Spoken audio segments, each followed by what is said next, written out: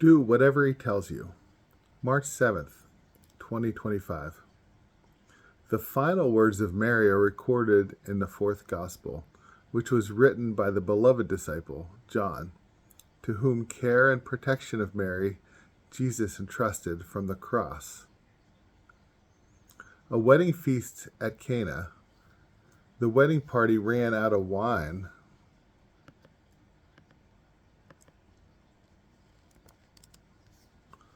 Mary puts her trust in her son. He answers, "Woman, how does your concern affect me? My hour has not yet come." Rather than expressing doubt, Mary, who represents for Christians a model of fidelity, tells the servers, "Do whatever he tells you." Do whatever he tells you is echoed in the command of Pharaoh in the book of Genesis, who entrusted Joseph to prepare the land for 7 years of famine. In that story, all peoples come to Egypt to endure the drought, including Joseph's estranged family, his brothers who had sold him into slavery out of jealousy. The human need for food leads to God's purpose to achieve the survival of many people. John's Gospel echoes Genesis, the narrative of creation with the narrative of salvation.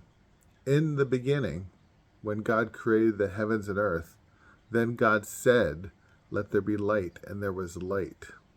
With, "In the beginning was the Word, and the Word was with God, and the Word was God.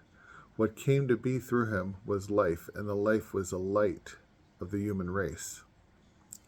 It is not then a stretch of the imagination to suggest Mary's "do whatever he tells you" parallels the one in Genesis, with the new wine in ceremonial jars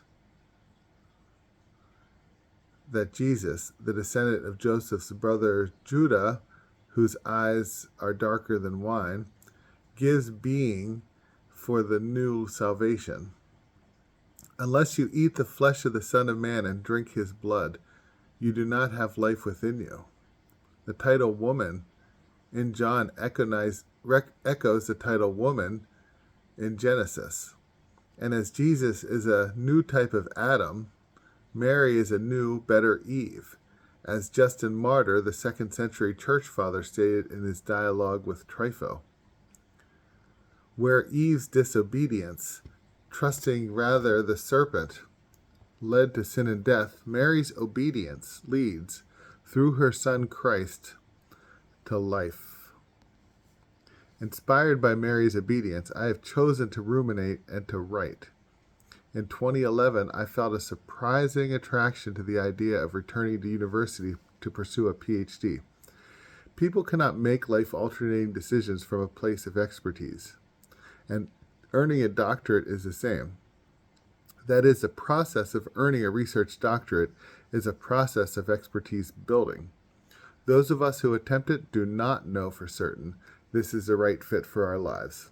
And many doctoral students find they do not love or are not well suited to the work of ruminating, investigating, presenting research, and writing. Then I was giving up a successful career as an elementary music teacher, all to pursue the muddy idea of a better future that never materialized in a way I anticipated or wanted. In 4 years of doctoral study, by transmuting myself from a public school teacher to a researcher and writer, and ultimately into a music education philosopher, I fostered ways of thinking and skills that were not desired by universities. I never was able to achieve a tenure line, which is traditionally the type of work PhD graduates have earned, though less common today. Even so, the way I think was transformed. With these skills honed, I have continued to do my research and writing, even now while teaching in a public school. Without the expectations of a university professor, however, I am free to turn these skills toward God. I don't know if what I am doing will ultimately be worth anything, other than to me. It ultimately doesn't matter if I achieve any great thing in this work. When Christ returns, I can show him what show him I have made a real effort with the talents he gave me. And here's a poem I wrote. Cana. Purest wine I ever tasted, at the wedding humbled high, after hours of watery flatness, and a maiden's doleful cry, loss of face when grumble started, following the bridal bells, dancing slacked, and songs soon useless, then the woman's pity swells, the Holy Mother's pity swells.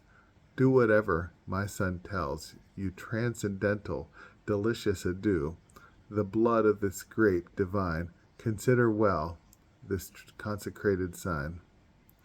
Dancing, singing, joy is fantastic. Who is this prophet nigh? Maidens cry in love and gladness, at the wedding humbled high, Savior shown through time anigh, a mother's faith, a son's complying.